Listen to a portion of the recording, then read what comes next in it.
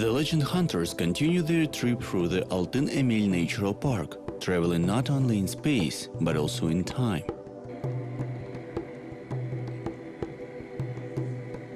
These places played an important role in the history of Central Asian people.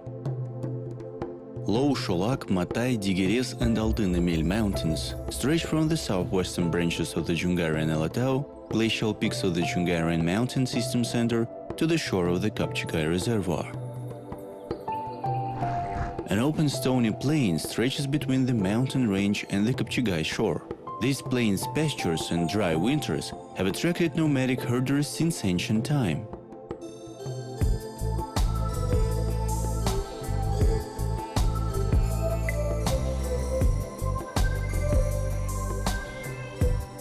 Nowadays, this vast territory is included into the land fund of the Altyn Emel National Park.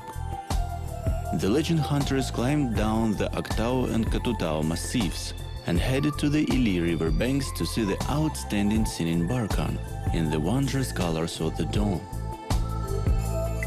This unique natural site was included into the list of 7 wonders of the world by popular vote.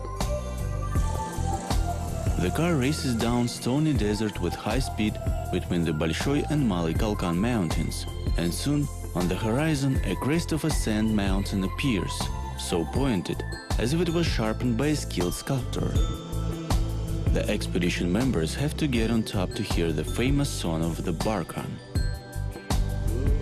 But it is possible only in fine weather, when separate grains of sand are well warmed by the sun and constantly moving. Of course, such places surrounded by a lot of ancient legends and stories. Back in the time when people believed that the earth, the sky and even the underground were inhabited by mighty nature spirits, there was a powerful and very sublime spirit who wanted to disturb the order established by great Tengri. He wanted to rule the earth and was not even afraid to defy the sky. Tengri decided to punish the proudling and told his younger brother Yelik, the lord of the underground, to immure the proudling inside the Barkhan. But the rebellious spirit has no peace. He is bound by Tengri's spell. He can get this mighty sand mountain off his shoulders. And on the surface we can only hear the echoes of his desperate roar.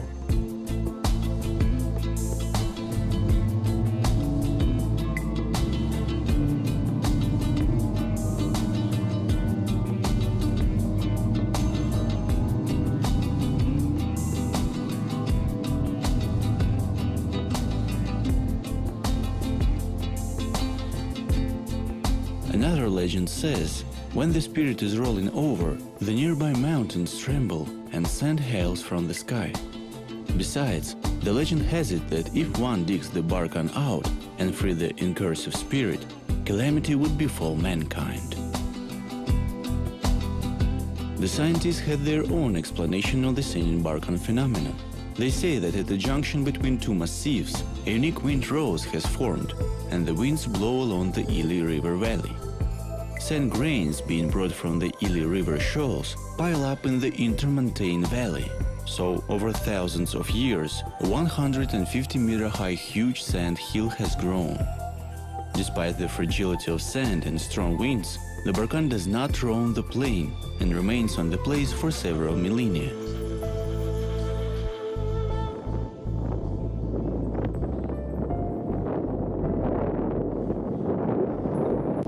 The Barkhan started singing. It is not clear yet what it sings about, but its voice is strong, such a low bass. It resembles a roar of a helicopter engine. After enjoying the magical song of the Barkhan, the expedition moves towards the Beshatir complex, which is located on the banks of the Ili River at the foot of the northwestern mountain range. The rising sun makes the surface of the Ili look like silver plate. Present-day name of the river derives from Mongolian word Ilan Su, which means glittering. Thick bench forests called Tugay cover the banks. These Tugays are often called Central Asian jungles. This land has been a perfect place for nomadic herding for many centuries. Tugai forests and reed bottomland meadows of the Ili washlands were an excellent shelter, protecting from winter winds and blizzards, and the mountain pastures rescued animals from the heat and the insects in summer. There were Caspian tigers in the Sabili Tugais until the 1940s. They considerably influenced the mythology and graphic art of Central Asian people. Thus, although Islam prohibits depiction of living things, the image of the tiger can be found on ancient carpets and fabrics, as well on facades of mosques and madrasas of Samarkand in Uzbekistan. A group of mounds appear on the horizon. Besh-Shatir is translated as 5 tents. There are more than 2,000 mounds on the right bank of the river, but the largest 5 are in the north part of the Besh-Shatir.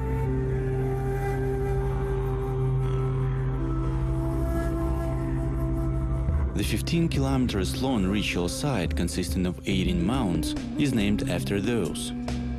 Most of them date back to the 2nd–4th centuries BC.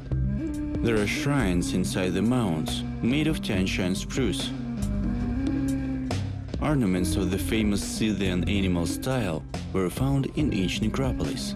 Similar ornamental attributes were also found in burials of Saka era in various parts of Eurasia, from the Altai Mountains to the sub-Black Sea steppes. This fact demonstrates the cultural commonalities of the Central Asian nomadic civilizations, roughly called the Sivs. Спешат гонцы без шатыра, писал Алжас Сулейменов в книге, в поэме. The messengers are running from Besh-Shatir, wrote Aljas Suleymenov in his poem Clay Book. The Altyn Emel's foot is the place from where the Saka warriors had been going to the long-term campaigns. In the first millennium BC, the famous Saka cavalry was known far beyond the borders of Central Asia. Even Babylon and Assyria saw the flash of the Saka blade. There have been cases when the Saka cavalry defeated regular armies of great kings of that time and participated in the foundation of new kingdoms and states. Участвовала в создании новых царственных домов и новых государств. Some of the necropolises testify that their construction required labor concentration of large numbers of people. Only tribal chiefs, endowed with all attributes of royal authority, had power resources required for such construction.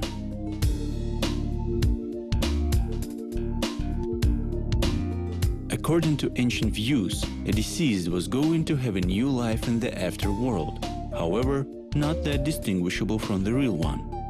The one who went to the next world still needed horses, weapons, armor, food, and kitchenware. A deceased was supplied at least by minimum set of all necessary things. In the tombs, the scientists found remnants of utensils and food, horse bones and human remains which did not belong to the buried. Probably some servants of noble ones and maybe even their family members were buried together. Ancient people did not consider physical death as something tragic and irredeemable, and they understood through insight the evolutionary significance of the death. The next generation took place of those who passed away, and such succession was perceived as a blessing. There were ideas of soul rebirth, and in times of the Turkic era, people have been saying about the dead as he or she went back to Tengri for a while.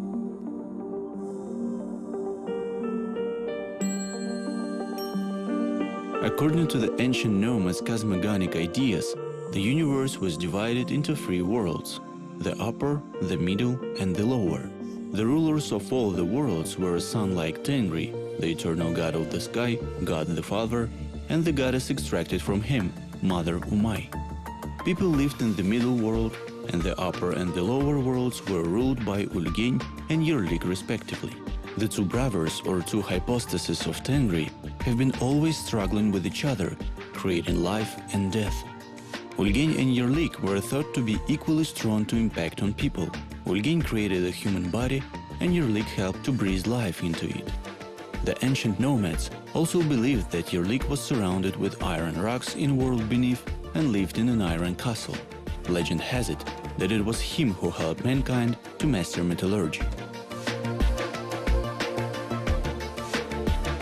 The Arwah, or ancestral spirit cult, fostered group responsibility in people in the face of common dangers. The authority and the glory of a man who had lived a decent life were considered a role model in the tribe's heritage, whereas disgrace and indecent behavior were a burden of all the relatives and descendants. The ancient nomadic people believed that the ancestral spirits patronized the living. Therefore, the Sakas protected the lands where the remains of their ancestors lay with extreme awe.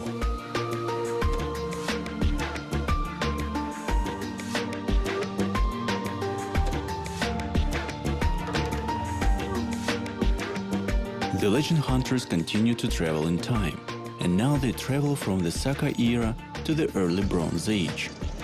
The Tanbali-Tas petroglyphs gallery is located 30 kilometers away from the Beshatyr necropolis. It takes an hour to cover this distance across country. The researchers pass the inspector cordon on the shore of the Kapchigar Reservoir and find themselves in an open-air art gallery, where amazing pieces of art dating back to the Bronze Age and the early Iron Age are collected. There are also images dated from the medieval ages and later times, up to the ethnographic epoch. The main accumulation of the Altyn Emel petroglyphs is concentrated in 4 gorges: the Karaispe, Terekty, Taygak, and partially in the Kazalaos. The rock paintings tell us about the economy of the tribes which inhabited the vast foothills of the Jungarian Elatau. Mountain goats, deer, argali, camels, armed men and horsemen with bows, hunting, battle scenes, and ritual dances are the most common rock paintings. Abundance of pagan symbols, the presence of mounds, burials, and altars nearby the Karaispe Canyon prove its sacred significance, as well as the fact that this area has been a sanctuary of many tribes over several thousand years. The mountain goats, called Tao Tike, inhabit the Altyn Emel hills. This is a large type of goat which is a kind of a link between ancient and present days. They are quite common in Kazakh mountains, and their images are widely found in centuries-old petroglyphs throughout Kazakhstan. Tike is a big, beautiful animal. Their main distinctive feature is the long sculptural curved horns of males. The Tao Tikes live on steep mountain slopes, prefer to move along the cliffs and rock slides, and can climb up 5,000 meters above the sea level. In winter time, they climb down the hills in search of the grass, and in summertime, they climb to the very top of the snow patches and cool ridges.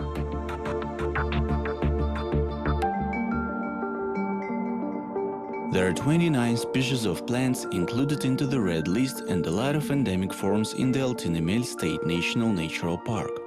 One of the endemics is Albert's tulip. It grows in the Bitpagdala, the Chuyili Burantau and Sholak mountains, on rocky slopes in lowlands and foothill rocky deserts.